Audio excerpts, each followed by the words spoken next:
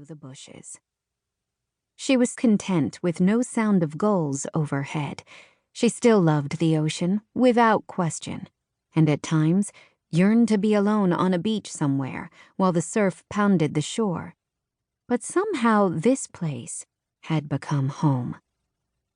Who would have expected that a born and bred California girl could find this sort of peace and belonging in a little tourist town nestled in the Rockies? She inhaled a deep, sage-scented breath, more tension easing out of her shoulders with every passing moment.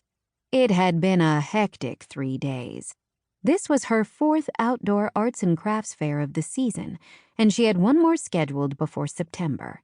Her crazy idea to set up a booth at summer fairs across Colorado to sell her own wares and those of the other clients of String Fever, the bead store in Hope's Crossing where she worked, had taken off beyond her wildest dreams. She was especially pleased since all of the beaders participating had agreed to donate a portion of their proceeds to the Layla Parker Memorial Scholarship Fund.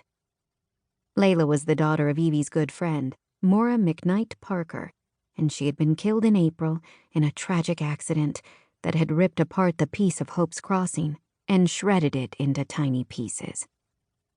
Outdoor arts and crafts fairs were exciting and dynamic, full of color and sound and people. But it was also hard work, especially when she worked by herself. Setting up the awning, arranging the beadwork displays, dealing with customers, running credit cards. All of it posed challenges. Over the weekend, she'd had to deal with 2 shoplifters and the inevitable paperwork that resulted. This Sunday evening run was exactly what she needed.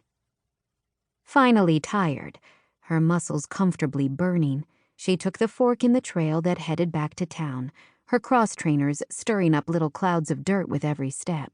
She'd forgotten her water bottle in her haste to get up on the cool trail after the drive, and suddenly all she could think about was a long, cold drink of water. The return trip took her and Jacques down Sweet Laurel Road, past some of the small wood-framed older houses that had been built when the town was raw and new. She saw Caroline Bybee out watering her gorgeous flowers, her wiry gray braids covered by a big floppy straw hat. Evie waved to her, but didn't stop to talk. The air smelled of a summer evening, of grilling meat from a barbecue somewhere, onions being cooked in one house she passed, fresh mown grass at another, all with the undertone of pine and sage from the surrounding mountains. By the time she turned at the top of steep Main Street and headed past the storefronts toward her little 2-bedroom apartment above String Fever, she was hungry and tired and only wanted to put her feet up for a couple of hours with a good book and a cup of tea. String Fever was housed in a 2-story brick building that once had been the town's most notorious brothel, back in the days when this particular piece of Colorado was full of rowdy miners. She cut through an alley that opened onto the lovely little fenced garden behind the store, enjoying the sweet glow of the sunset on the weathered brick. Jacques gave one sharp bark when she reached the gate into the garden, barely big enough for some flowers, a patch of grass, and a table and 4 chairs where the String Fever employees took breaks, or the kids of Claire Bradford, soon to be Claire McKnight, could hang out and do homework when their mother was working. Evie really needed to think about moving into a bigger place, where Jacques could have room to run.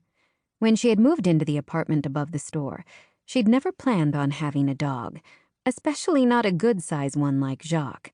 She had only intended to foster him for a few weeks as a favor to a friend who volunteered at the animal shelter.